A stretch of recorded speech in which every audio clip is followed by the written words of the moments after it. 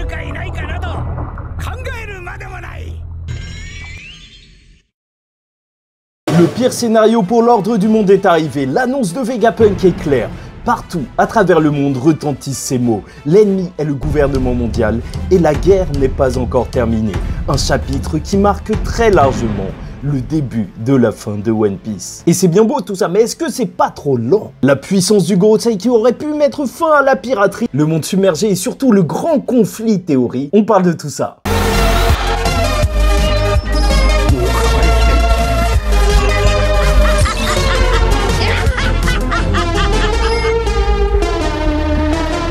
Mesdames et messieurs, ici Chage et on se retrouve aujourd'hui pour la review du chapitre 1115 de One Piece, fragments continentaux, qui s'ouvre encore une fois par l'histoire de Yamato avec Hiyori et Otoko qui lui font un bento. Oui, c'est beau, ça fait plaisir. Non, en vrai, bouffe vite et grouille-toi d'arriver dans l'équipage. Et alors que ce début de chapitre nous montre une retransmission en direct, même à Wano Kuni, où il y avait un escargophone de Orochi, ça nous montre bien que tout le monde sera au courant, même ceux qui sont en réalité en dehors de ce monde. Et bien sûr, c'est normal, ça fait le petit lien avec Joy Boy, pirate comme Luffy. Mononosuke en a entendu parler, mais ça me fait surtout extrêmement plaisir de revoir le drapeau de Luffy à Wano. Oui, il a conquis une terre juste énorme.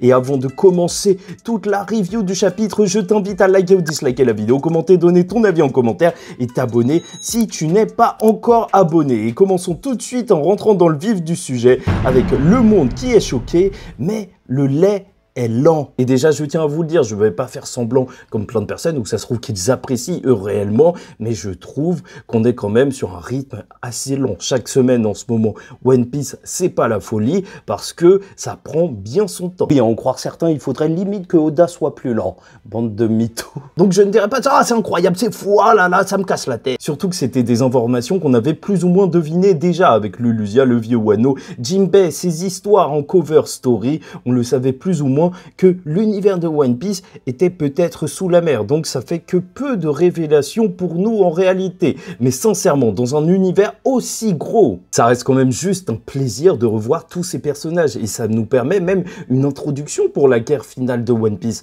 parce que les revoir juste à la fin comme ça ferait un petit peu sorti du chapeau, sorti de nulle part. Là, les avoir revus et savoir que certains vont probablement prendre les armes, ça marche. C'est ça en fait, il faut pas l'oublier, avec Oda, les choses prennent du temps à se mettre en place. Même si on a eu des enchaînements incroyables avec le Gear 5 et compagnie, en réalité, il prend largement son temps et c'est à la fois la force de son récit de construire des choses pendant des années, mais c'est aussi long par moments. Ce que certains veulent vous faire oublier, mais on est obligé de se mettre en face de l'évidence. C'est lent. Bien sûr que c'est des informations qui sont surtout destinées à l'univers de One Piece et que ça permet de mettre toutes les choses en perspective pour annoncer cette grande guerre finale qui est limite annoncée lors de ce chapitre, mais indéniablement, le rythme qu'on subit est lent. En soi, c'est même pas une critique, c'est juste la réalité. Lisons plusieurs mangas, ça me dérange pas parce que voilà, je trouve ma hype autre part.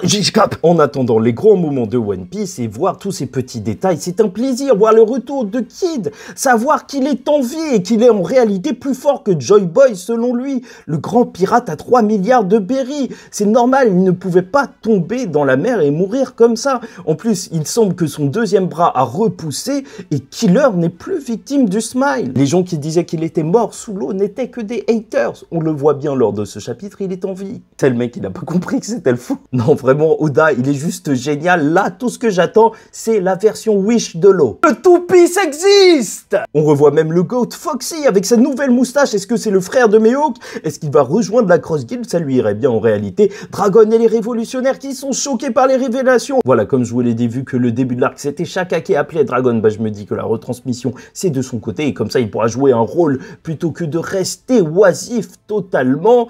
Mais au pire, on peut bien compter sur Kizaru. Mais bon, je mise plus sur Dragon.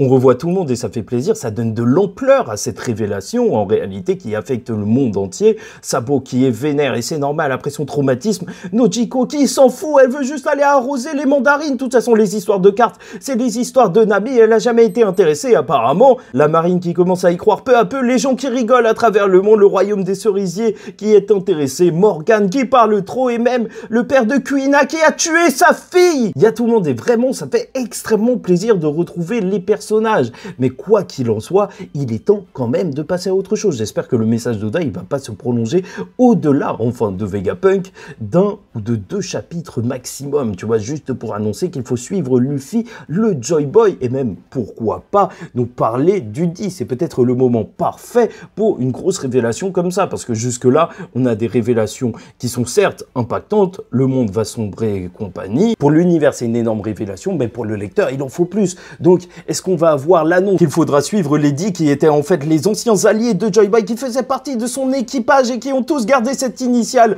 en mode on t'attend, l'aube, ce moment précis où il sera temps de se rebeller, le D, le down, romance down. En plus, le D, ça fait un sourire, donc c'est parfait. Mais bon, bref, venons-en réellement à l'histoire du passé et pourquoi le conflit a commencé. Petite théorie. Puisque Vegapunk a spoilé le monde entier. Ça y est, c'est parti. Il dira qu'il n'a pas lu tous les poneglyphes, mais c'est le récit d'une guerre lointaine. L'ancien royaume face au gouvernement mondial. Une alliance de 20 royaumes qui est encore établie aujourd'hui. Et même lui, grand scientifique, ne sait pas qui avait raison ou tort. Et je trouve ça super intéressant, même si on reste sur cette ambiguïté jusqu'à la fin du manga, parce qu'au final, c'est aussi un message. Est-ce que une guerre vaut la peine d'être menée, quoi qu'en soit la raison? Parce que en vrai, c'est des pertes humaines et compagnie. Enfin bref, Joy Boy vivait dans un royaume il y a 900 ans avec une technologie extrêmement avancée, un continent qui est désormais sous l'eau face à la colère du gouvernement. Car le siècle oublié a pris fin avec la défaite de Joy Boy. Et là, on a l'image du robot géant de Zunisha triste. Oui, ça nous montre à quel point tout ça est grandiose. Même les grands de ce monde s'en souviennent.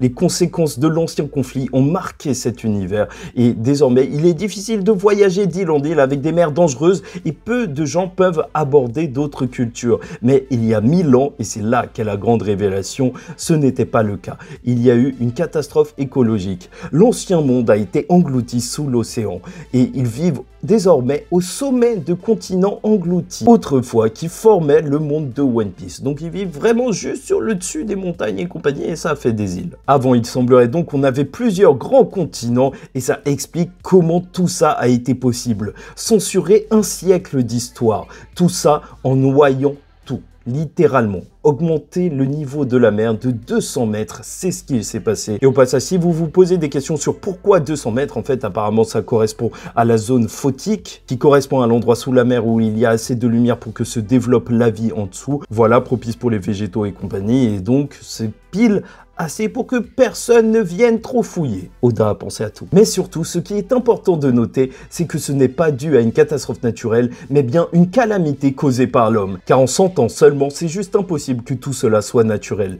Et le soupçon de Vegapunk s'est confirmé il y a quelques jours avec l'histoire de Lulusia et compagnie. Une arme antique était capable de faire ça, faire sombrer le monde. Et cette technologie existe encore. La conclusion est donc claire, la guerre du siècle oublié n'est pas terminée, et Im-sama, juste le voir réagir comme ça à la fin du chapitre avec ses légendaires 3 petits points sans rien dire, on le sait, ça y est prête à éliminer ses ennemis. La guerre est déclarée. Maintenant qu'on a les infos en tête, on peut en parler. Oui, 20 royaumes face au Joy Boy. Est-ce que c'est normal que nous, on a juste Pizza Hut? C'est super intéressant en termes de géopolitique parce que c'est vrai qu'on pourrait se dire que les pirates pourraient être anéantis par le gouvernement mondial vu qu'on découvre de plus en plus de leurs forces. Il n'y a pas juste la marine, mais il y a aussi le Gorosei qui est extrêmement puissant. Franchement, il les poserait à Grand Line, donc au Cap Jumeau.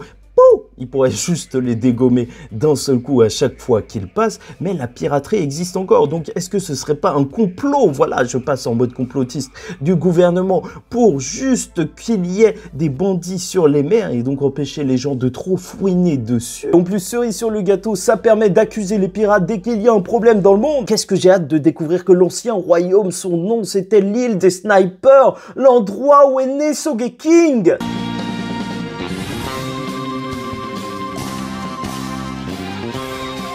Qui sait, peut-être que c'est l'ancien royaume qui a créé les fruits du démon et donc ils ont fait monter le niveau de la mer afin de les empêcher de vivre tout simplement. Et avec toutes ces informations, est-ce que le One Piece serait tout simplement sous la mer? Laufey serait sous la mer? En même temps, Riley, il s'est spécialisé dans le fait de recouvrir les bateaux pour qu'ils aillent sous l'eau. Crocus, voilà, la boune baleine, ami des poissons. Est-ce que tout simplement Laufey était l'Atlantide, donc englouti sous les mers à cause de Zeus? ou un autre commandant du ciel dans ce monde, Imusama. Pourquoi se sont-ils battus? Est-ce que c'est vraiment une raison débile où on ne peut pas savoir qui avait raison ou tort, comme la tarte aux cerises de Luffy et Barbe Noire? J'aimerais tellement y goûter pour savoir qui avait raison, ou juste que c'est un véritable conflit autour de la liberté, étant donné que Joy Boy, voilà, c'est l'avatar de la liberté. Peut-être que c'est un royaume qui a été contre l'esclavage et que c'est parti en conflit à partir de ça. Là, tout de suite,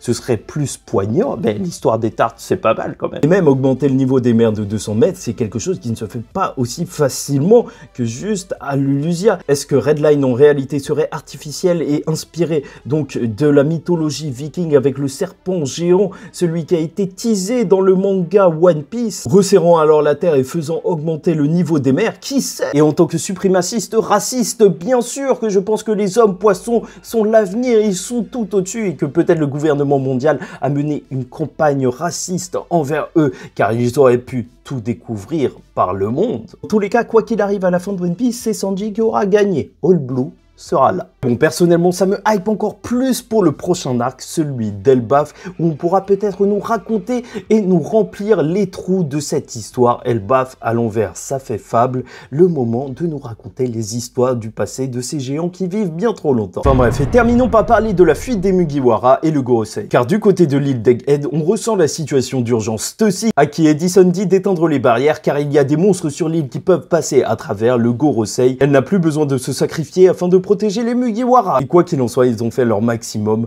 pour aider les chapeaux de paille à s'enfuir. Et ça montre bien l'importance de cet équipage pour l'univers entier de One Piece. Ça, c'est du storytelling. Ça marche. Tu vois les gens se sacrifier pour que les Mugi puissent atteindre leur but. Et comme Nami le dira, ils ne se le pardonneront jamais s'ils échouent après tout ça. On terminera donc sur le personnage de Stussy qui dira que sans Stella, elle ne sait pas quel est son but désormais dans la vie. Il y avait la question autour des clones qui se posait. Et ce qui me fait, c'est de voir Kaku à côté qui regarde un petit peu triste en entendant ça. Et c'est vrai, peut-être qu'il se pose des questions par rapport à son propre but, mais moi, je vois surtout un charron. Je te le dis, ça a beau être dégueulasse, Stussy a déjà bu du jus de girafe. Bien sûr que le Gorosei est plein de rage. Mars qui éteint les Dendenmushi juste en marchant. Oui, il les vénère, il les fait tomber avec un haki des rois monstrueux. Vraiment, il est là pour abattre l'ennemi, éradiquer la transmission, et ça se ressent. Le Nojoro vénère qui détruit tout tel un véritable fléau, et donc le plan, c'est juste de l'empêcher de bouger son épée, car il pourrait tout couper. Heureusement que Franky a sauvé Body,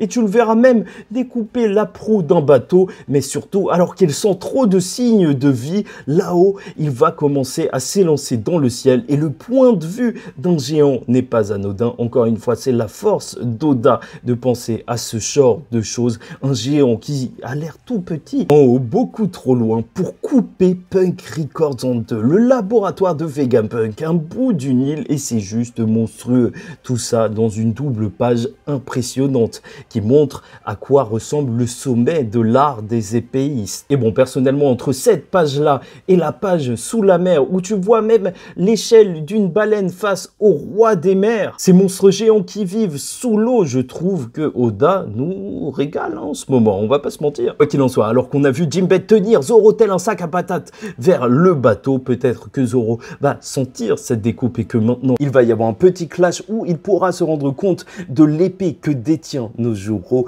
une épée légendaire. Et même un combat entre les deux, ça pourrait véritablement être intéressant, alors que Nojoro, il s'est montré comme pas réellement digne d'être un épéiste, étant donné que face à Sanji, il a utilisé son épée, mais il l'a surtout mordu. Et un épéiste se bat seulement avec ses épées, c'est ça qu'il reprochait à King, et c'est donc aussi une façon de montrer s'il y a affrontement, c'est quoi la véritable voie de l'épée. Et bon, à partir de là, je l'espère, la fuite va commencer à être nerveuse avec le robot géant qu'on ne voit pas. Oui, je te l'ai dit, quand même, c'est assez lent. Mais surtout, la libération des Séraphins et des agents du Cypher Pole. Est-ce qu'on va voir même le Gorosei les éliminer complètement? Im-sama, juste détruire toute l'île, je ne sais pas, ça va être monstrueux. Qu'il en soit, la guerre est annoncée et ça va commencer. Et globalement, le chapitre 1115 de One Piece n'est pas une révélation, mais une déclaration de guerre. Que le monde y croit ou non, Vegapunk a délivré son message. Malgré la colère qui sont celles de ceux qui contrôlent tout, car l'histoire doit être transmise et avec elle une sombre vérité. L'arme qui a détruit l'ancien monde est encore présente et chacun est donc concerné, car la guerre menée il y a 900 ans n'a pas abouti et elle va tout simplement devoir continuer sous l'égide d'un nouveau Joy Boy.